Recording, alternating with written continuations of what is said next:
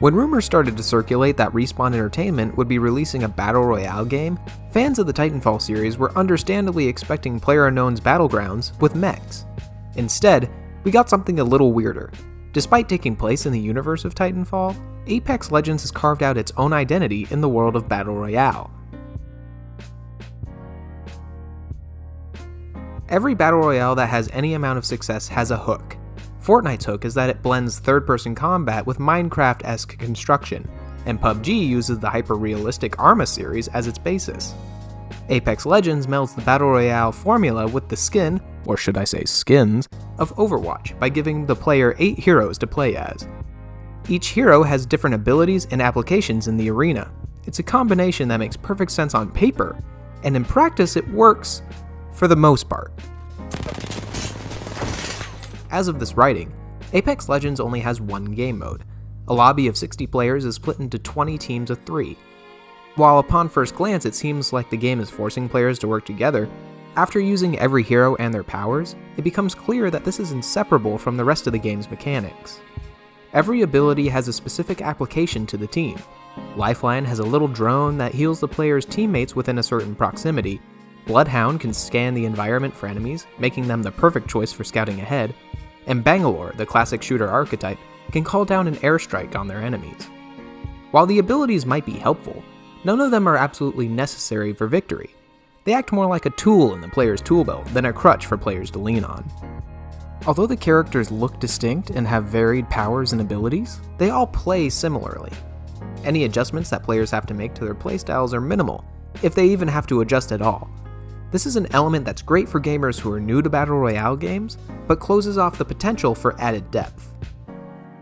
The characters all control well, however, and the increased movement is a notable difference between Apex and other Battle Royale games.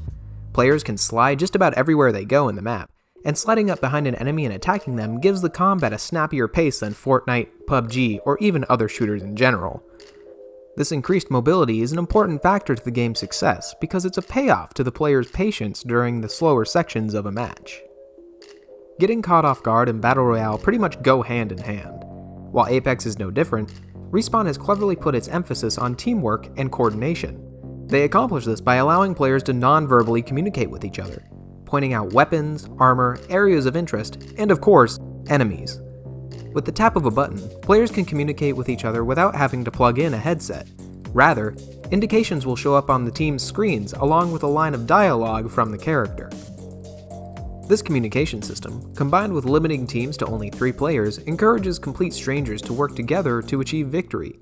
And miraculously, in my time with the game, my fellow players and I did just that. As a result, the teamwork element of Apex feels more natural than if players were just forced to use their mics to work together. That's not to say that players can't go alone if they want to. Players can drop in separately from their teams, run off in their own direction, and take on the world of Apex independently. It's just important to know that the game becomes a lot harder when players do.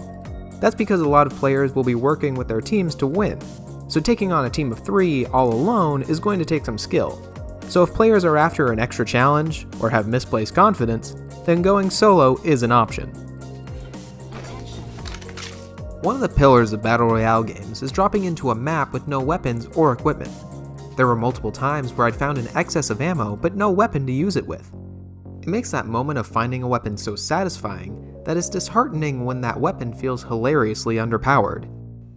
Weapons like the Mozambique shotgun or P2020 pistol feel equivocal to a pea shooter that I had to use against players with weapons that ripped right through my shields. This might seem like an attempt to differentiate powerful weapons from weak ones, but it comes off as a lack of balance. It makes the desperate search for a weapon even more frustrating because it forces players to ignore weapons that are lying around in vast quantities. If a player ends up with subpar weapons and equipment, their game is going to be cut frustratingly short. The game's progression system is sluggish as a result of these brief games. Short matches provide little opportunity to gain experience and level up, so unlocking new skins and in-game currency is a slow process. So if players are interested in trying out new skins, voice lines, or aesthetic additions, they'll either need patience or a wallet at the ready. Let's check out this area. Microtransactions are present in Apex, but never feel intrusive to the experience. At no point did I ever think that microtransactions were being forced down my throat or imposed upon the game. Much like Overwatch, Apex makes the wise choice to keep the rewards earned from loot boxes strictly cosmetic. This choice prevents loot boxes from feeling like a core function of the game. Apex keeps microtransactions at arm's length, which could mean one of two things. Either EA was smart enough to stay out of Respawn's way, or EA has learned from previous controversy, like with Star Wars Battlefront 2. This is pure conjecture, but it's an element of the game that's worth pointing out, since EA has become notorious for pushing microtransactions on gamers, resulting in an alienated fanbase, and in some cases, legal action. Speaking of cosmetics, Apex Legends has a delightfully weird visual style that feels like a toned-down version of Borderlands. By leaning into a strange style, it allows each character to stand out from one another. Apex uses a healthy dose of color on its characters and their skins, which helps differentiate it from the more average first-person shooters.